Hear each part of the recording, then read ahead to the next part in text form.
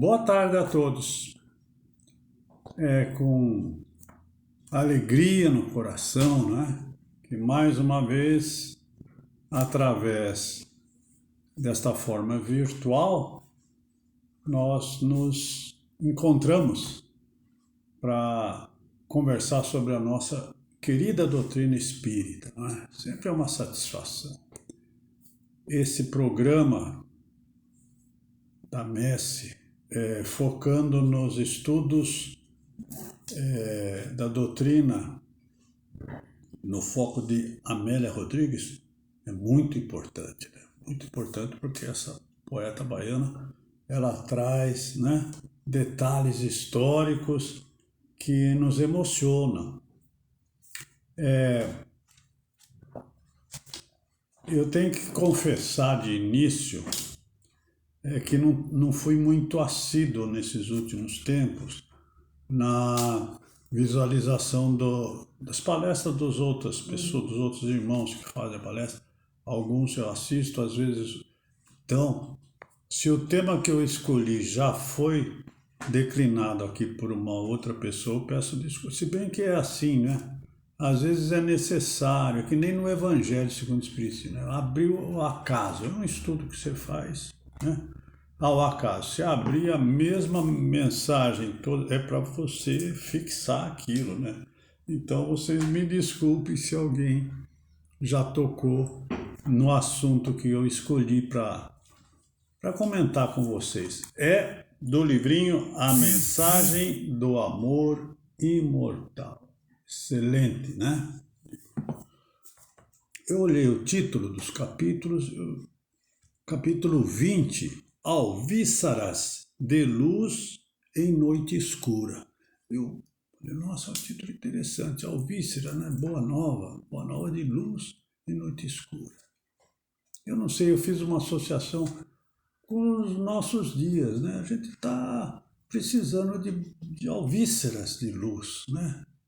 Não é propriamente numa noite escura, como a Amélia vai descrever, mas a gente precisa de, né? Pandemia, guerra, a natureza, né? Nós estamos, você veja, primavera, gente, ele está agasalhado, né? Castigo de Deus? Não. A abençoada doutrina que nos esclarece, né?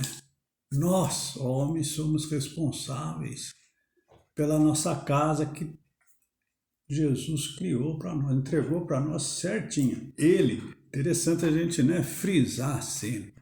Jesus Cristo foi responsável pela formação do planeta Terra. Através de era geológica, trabalhos, entregou bonitinho para nós. Aí a gente desmata, né, para plantar commodities, que dá bastante dinheiro. A gente põe fogo, a gente polui com mercúrio, a procura de ouro, joga sofá no rio.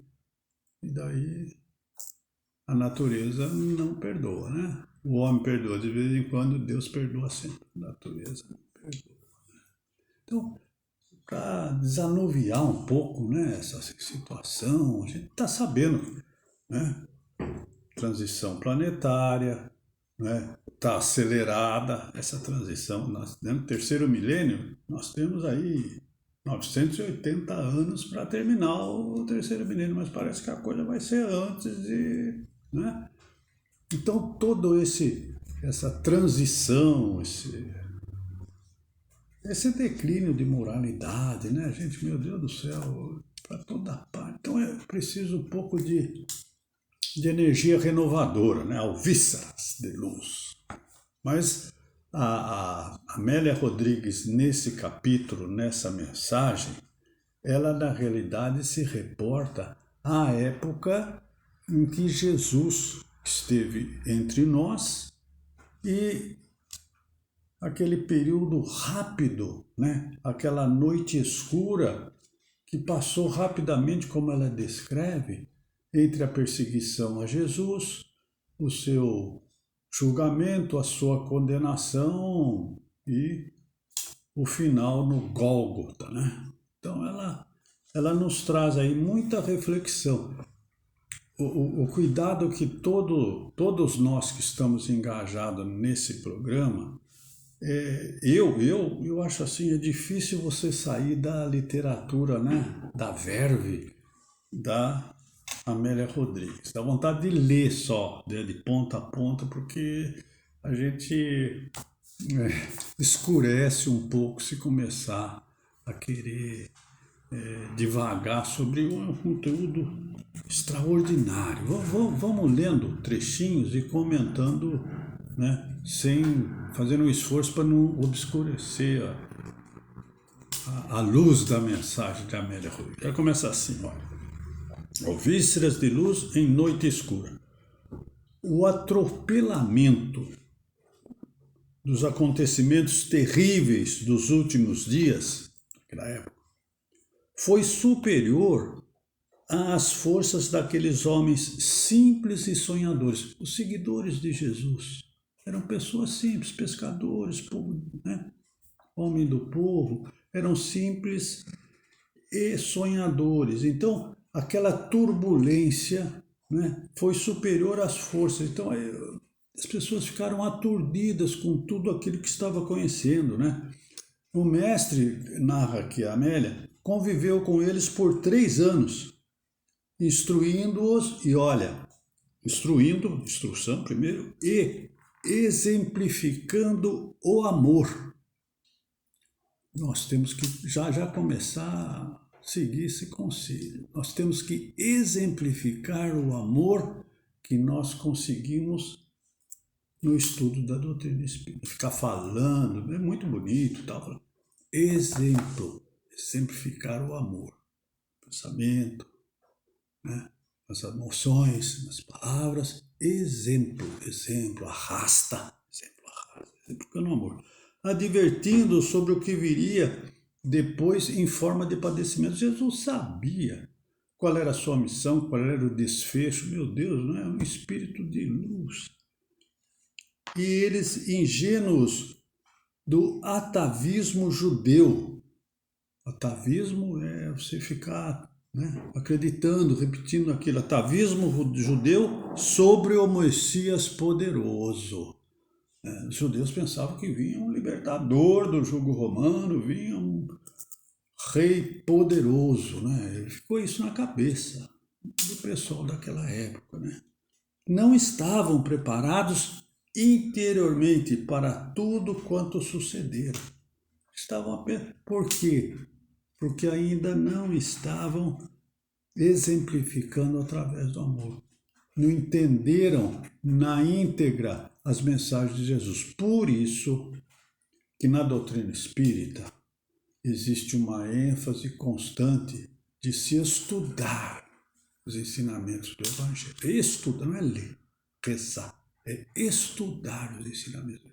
Entender nas entrelinhas o verdadeiro significado da mensagem do Mestre. É isso. Porque senão ficamos só na admiração, né? E não entendemos o conteúdo da mensagem do Cristo, que é renovadora. A entrada, continua Amélia Rodrigues, a entrada triunfal em Jerusalém levara-os ao êxtase, né? Quer dizer, nossa, que espetáculo bonito, bonito. Entrou lá com o jumentinho dele e tal, palmas, né? E aquilo ali, nossa, agora está chegando o nosso Salvador, né? Levaram-os ao êxtase, significando-lhes o começo do reino de Deus com os aparatos terrenos. Reino de Deus, mas sob o ponto de vista terreno. Errado. Olha, no Evangelho segundo o Espiritismo, em todos os capítulos do Evangelho, várias vezes, nos é aconselhado desapego das coisas materiais e importância às coisas do espírito. A verdadeira vida é a vida futura, é a vida no mundo espiritual. E eles estavam aqui na época de Jesus focando o interesse material. Ele vem aí e vai nos libertar dos juros, do maltrato que sobre o domínio romano que eles estavam passando, a libertação dos judeus e tal, né? Mas com os aparatos terrenos. Sob o ponto de vista terreno, aguardavam que a partir de então as alegrias iriam compensar as lutas travadas entre os fariseus e os sacerdotes. Até hoje é a mesma coisa, né? O domínio das mentes, a doutrina espírita, nela você aprende que você não precisa de intermediários entre você e o teu Pai Criador. Não precisa sacerdote, não precisa pastor, é você e a tua fé na existência de Deus. E aquele incentivo permanente de nos melhorarmos entre eu e o meu Pai Criador, que eu tenho uma centelha dele. Jesus falou. Né? Então eu tenho que me preocupar. E me melhorando, não preciso de intermediário. Eu preciso dos ensinamentos do Evangelho de Jesus. Né? Eu já ganhei um corpo, máquina perfeita, hein? O meu já não está muito. Um computador excelente que nos foi dado, mente clara, para apreender e praticar os ensinamentos. Não precisa mais nada, é simples. As atividades de Jesus nesses quase 3 anos, como citaram aqui, foi de simplicidade. A diferença é que ele não ficava esperando que as pessoas viessem procurar. Ele ia de encontro ao necessitado. Exemplo, por isso que ele é o modelo e guia. Né? Então a gente tem que meditar sobre isso. Né? Verdade. Naquele tempo o sacerdote. Por quê? Que finalizou a sua missão em apenas 3 anos, pouco menos que 3 anos, porque ele veio tocar nos interesses dominantes da época. Ficaram preocupados, quem é esse aí? Esse carpinteiro aí? O que ele está falando? Vai de encontro, daí eu como é que eu vou ficar? O doutor da lei, os publicanos, os sacerdotes, viram ameaçado o poder dominante. E aí é fácil você querer destruir, né? Entendeu? Estavam, pois, expectantes a respeito das glórias terrestres. De novo, o pessoal estava preocupando se livrar do jugo romano. Estavam expectantes das glórias terrestres. Ele, Jesus, tinha informado que derrubaria o templo e o reconstruiria em apenas 3 dias. Não entenderam o sentido da palavra do mestre. Jesus derrubar um templo em 3 dias, né? A mesma coisa lá, aquele episódio no mercado, né? Nos mercadores lá, derrubando gaiola de passarinho. Entender, é verdade. É certo que eu dissera, porém, simbolicamente, que ele ia derrubar o estado de coisas predominante. Ali ele ia derrubar em 3 dias, ou seja, construir uma esperança, um mundo novo para as pessoas. Né? Entenderam isso? As pessoas intoxicadas pela tradição multimilenar, a Boa Nova não conseguia modificar mentalmente, em razão de adaptarem todos os ensinamentos às antigas ambições israelitas. O Evangelho até hoje não está sendo praticado. Olha em volta, está aqui a receita está aqui. O Evangelho, ele fala como você deve fazer. É só se debruçar pelos ensinamentos do Evangelho. Como você deve fazer. A doutrina espírita lhe explica por que você deve fazer. Né? De maneira clara. Né? Mas havia ali interpretação sobre o ponto de vista terreno da mensagem de Jesus. Fora de chofre que os insucessos se acumularam até a consumação da tragédia da cruz. Né? Acabou Jesus crucificado, pensando que matando o homem matava a ideia, né? Lê do engano. A lembrança da horripilante noite daquela quinta-feira, era Páscoa, né? Quinta-feira, quando ele solicitara a Pedro, Tiago e João que orassem no Horto das Oliveiras, porque se aproximava um momento de dor, ele já estava sabendo. Enquanto ele velaria não saía do cérebro deles. Meu Deus, mas ele pediu para a gente rezar, mas ele já sabia da sua destinação.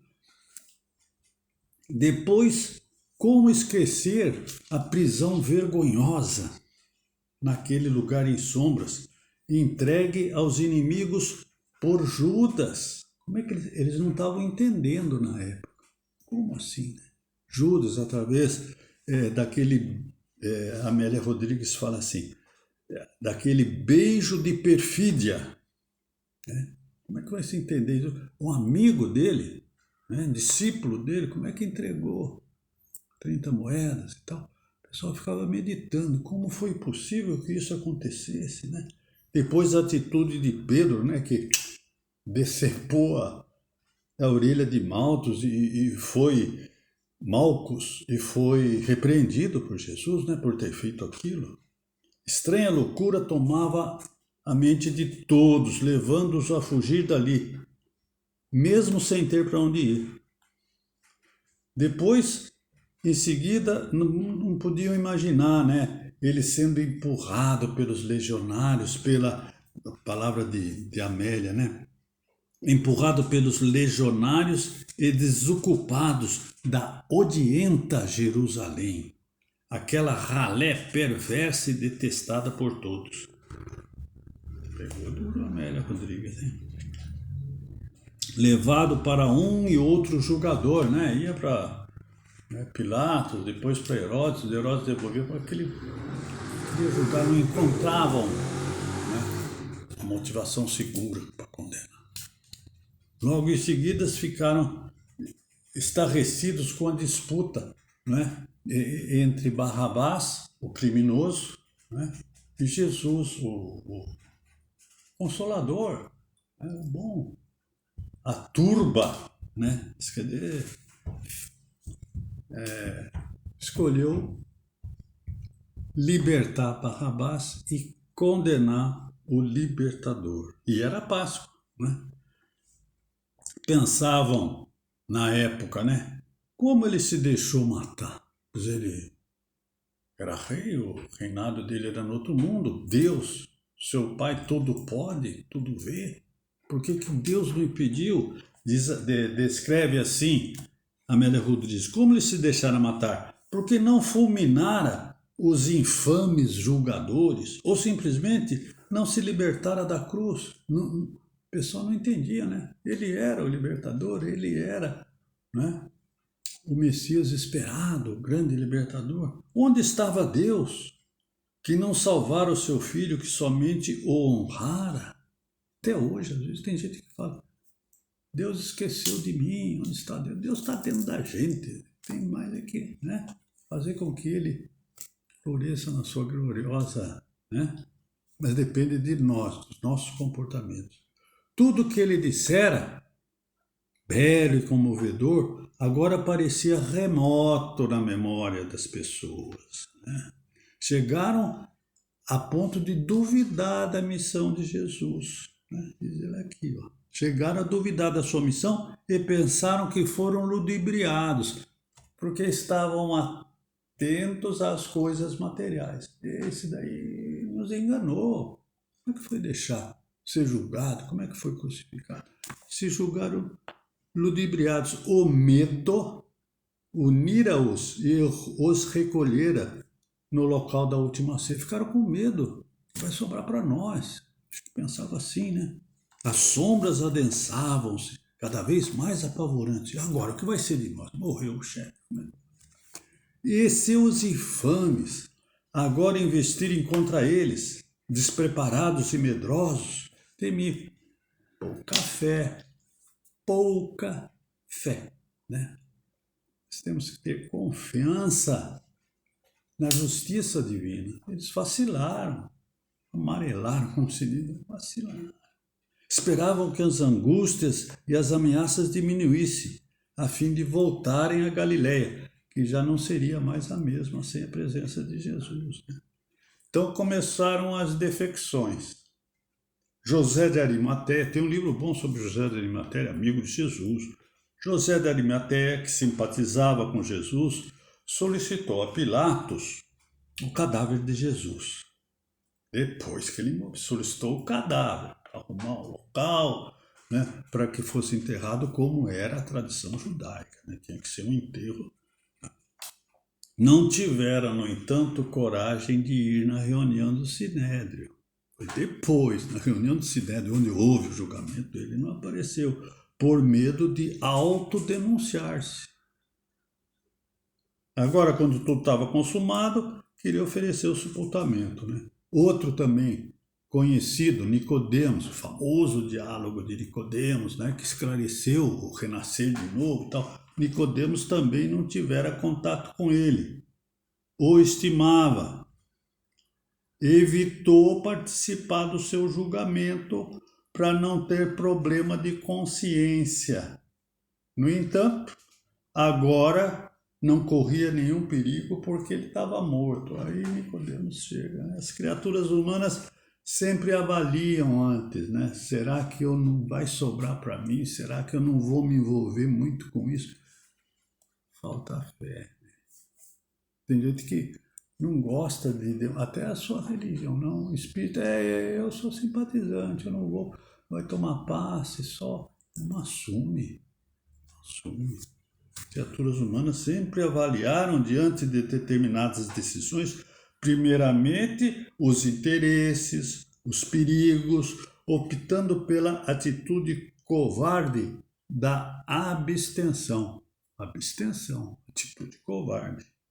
Da ausência, tornando-se, mesmo sem o desejarem, cúmplices do crime, que poderia evitar. Claro que poderia evitar. José de Arimateia é importante, Nicodemos, doutor da lei. Espera aí, vou salvar a minha situação primeiro. Parava no ar aflições sem nome.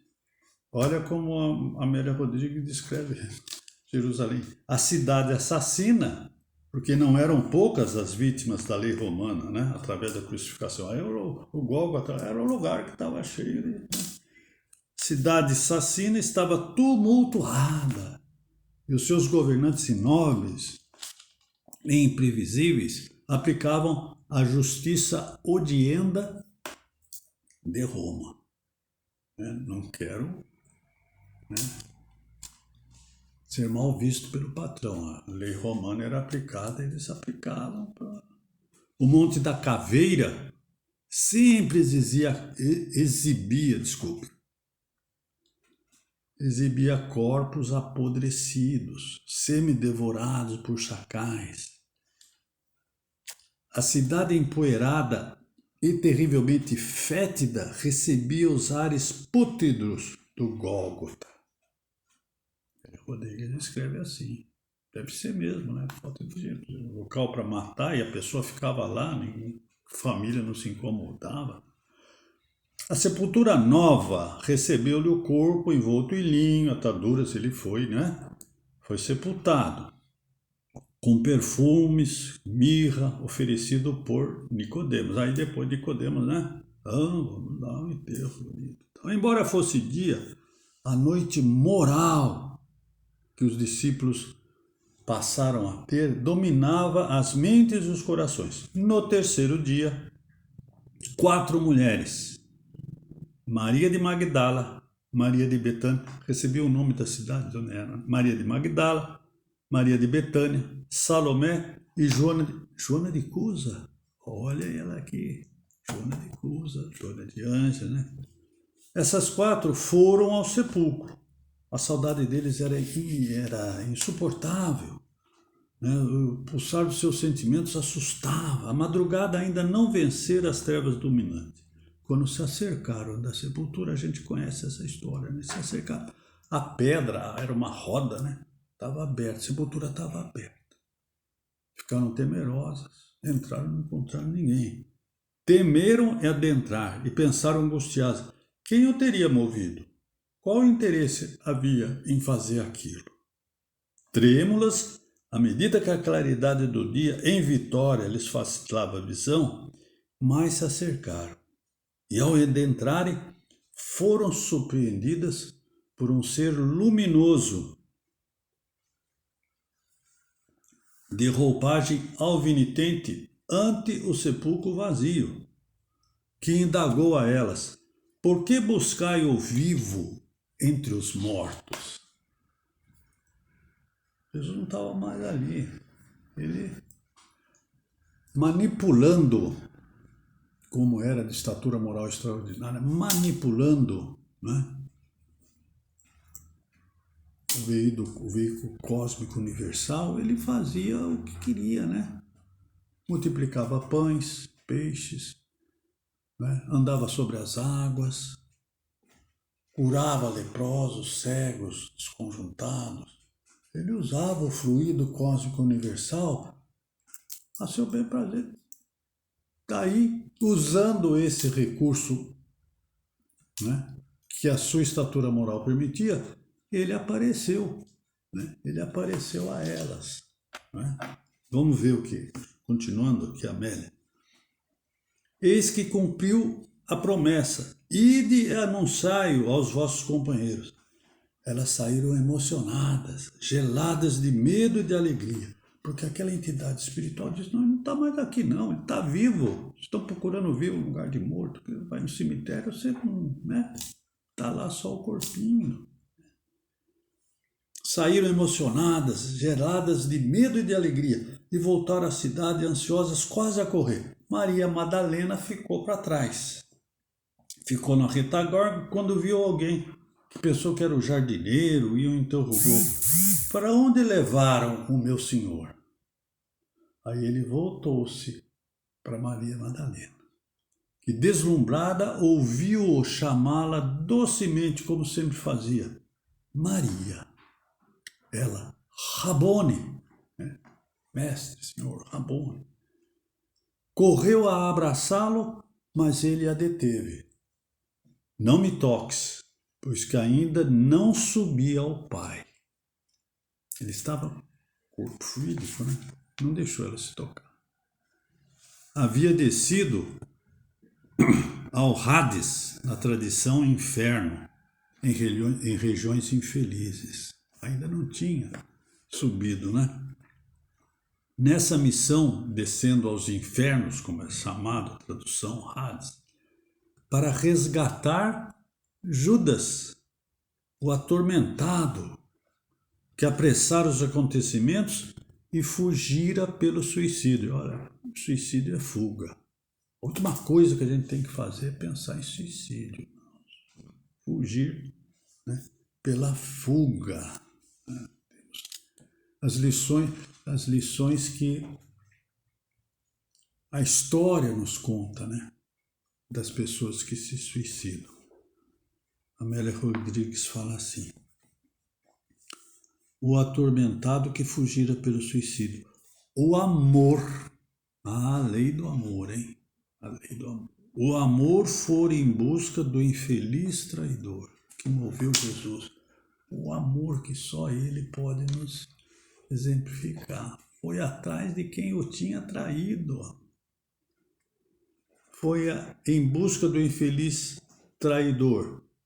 Além de o retirar das trevas, ele o guiaria através dos séculos em expiações redentoras, até o momento da sublimação na roupagem de Joana d'Arc, francesa, Joana d'Arc, que morreu na fogueira. Joana d'Arc, Judas e Joana d'Arc. Antes, né, de assumir a roupagem de Joana d'Arc, ele passou por um processo.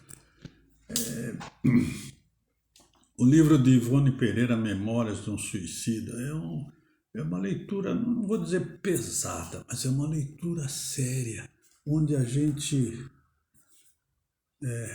vê com detalhes, né, as agruras do suicida, um grupo de suicidas, né, um escritor português, que narra com detalhes o tormento que é para o espírito suicida.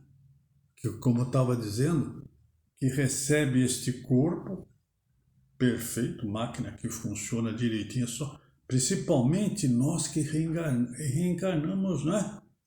Mente já não está muito mais vista. órgãos dos sentidos grosseiros, né? Mas nessa máquina perfeita, estamos aqui de aluguel. O meu já está quase vencendo. Estamos aqui de aluguel. Mas é uma máquina perfeita. O que eu estou fazendo nela aqui? Falei, melhor computador do mundo. Tem estudos, principalmente no esoterismo, fizeram estudos nos cérebros de pessoas que morreram, que fizeram pouco uso do cérebro. Ele petrifica regiões do cérebro não exploradas, ele petrifica na forma assim, uma espécie, agora eu não vejo mais, a pedra pome, era uma pedra que a gente usava para ralar qualquer, fica aquele aspecto cinzento, mas parece uma pedra porosa, regiões do cérebro que nós não usamos, dizem que usamos 10, 15% da capacidade do cérebro, necessidade de desenvolver isso. Tem uma bombinha aqui no peito, ó, funciona 24 horas por dia, sem hora extra, sem férias, sem reclamar. Tá ali, ó. Tá. Que tratamento nós temos para ela? Estamos dando? Que tipo de tratamento? Funciona. A gente começar a descrever a função de cada órgão, uma coisa extraordinária, que deram para nós progredirmos. Mesmo. A gente foge através do suicídio. Não vale a pena, amigos. Não vale a pena. O amor for em busca do infeliz traidor. As mulheres chegaram... Bom, fiz esse parênteses para a gente se ligar bem, né? Da importância que nós temos e sabemos, nós, adeptos da doutrina espírita, que com facilidade entendemos a mensagem de Kardec, é porque a gente já viveu anteriormente esses ensinamentos. Criação suicídio aí, nunca. Pessoas que tiveram reencarnações, a doutrina espírita nos ensina que através das reencarnações nós vamos, né? Você não leva o que você tem, mas você leva o que você é, né? Para a vida futura. Então, tem que aproveitar bem esses dotes.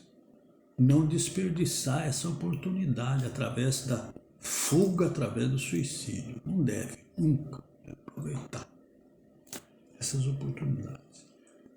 Narrativa não vamos se alongar muito, né? O tempo já... As mulheres, então, chegaram ao reduto em que eles se encontravam, os discípulos, e narraram o que tinha acontecido. Mas não foram acreditados. Como é que apareceu de novo? Da onde que foi? Né? Era bom demais para ser verdade. Naquele momento truanesco, Maria Rodrigues fora sua imaginação em que as mulheres são muito férteis, haviam redarguido os amigos. A imaginação da mulher é muito fértil, isso é coisa de mulher. Sempre a mulher, né? Rebaixa a doutrina espírita. Jesus valorizou. Kardec valorizou a mulher. Ela não era desprezada. Isso é coisa de mulher. Quando Maria de Magdala afirmou tê-lo visto, foi ridicularizada e olhada com o nome. Justo ela, a pecadora, vem com essa história. Olhada com ressentimento, pois que não fora ela a obsessa dominada pelas forças do mal? Precisou Jesus para tirar ela da situação. Pedro constatara com João que o túmulo se encontrava deserto, vazio, com o lenço que lhe segurava o queixo e aquele linho, né, o santo sudário e tal, amarfanhado no lajedo ao fundo. Tudo continuava em névoas, até que após a refeição, quando restava apenas um peixe assado ali, eles estavam todos reunidos ali comendo, né, foi falado anteriormente, reuniram lá, tudo cheio de medo. Apareceu Jesus jubiloso, para espanto dos que encontravam-se presentes, e para demonstrar que não era um fantasma comum, perguntou-lhes: que tem para comer? Qual é o cardápio? O que tendes para comer? E assentou-se à mesa. E comeu com eles. Corpo fluídico, condensado, né? fluido cósmico universal, materialização, comeu o peixe lá, anunciando-lhes o próximo encontro na Galileia. Ele foi a luz em noite escura, né? Anunciando a volta para a Galileia. Encerra Amélia Rodrigues. A noite horrenda começou a ser devorada pelas alvíceras da inapagável luz da imortalidade em triunfo. Imortalidade, reencarnação em triunfo, imortalidade.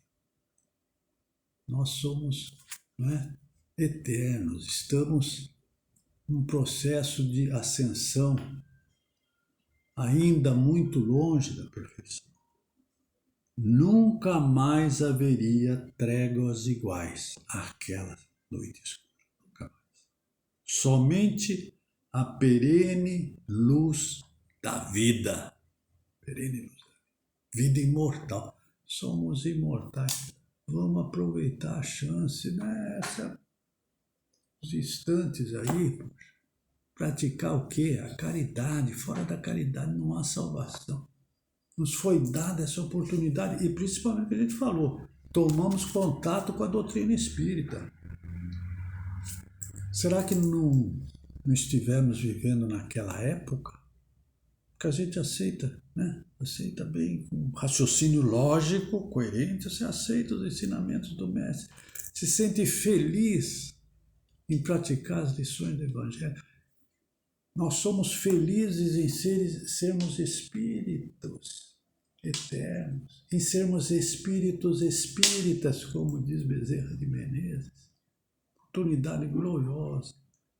As obras do Pentateuco, a revista espírita, as excelentes obras complementares, Leon Denis, Gabriel Delane, né, que ajudaram a dar continuidade ao Espiritismo de Kardec. Oportunidade ímpar para nós ascendermos espiritualmente. Vamos aproveitar essa oportunidade e rezar todo dia de manhã, graças a Deus, pela doutrina espírita, que está me melhorando, que está me ensinando um caminho seguro, né?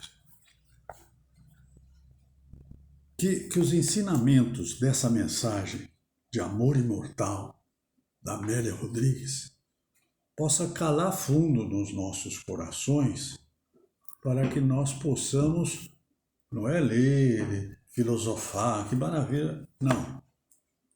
Colocarmos em prática os ensinamentos na nossa vida diária, onde quer que estejamos, nos nossos locais de trabalho, com os amigos, na casa espírita e principalmente no nosso lar.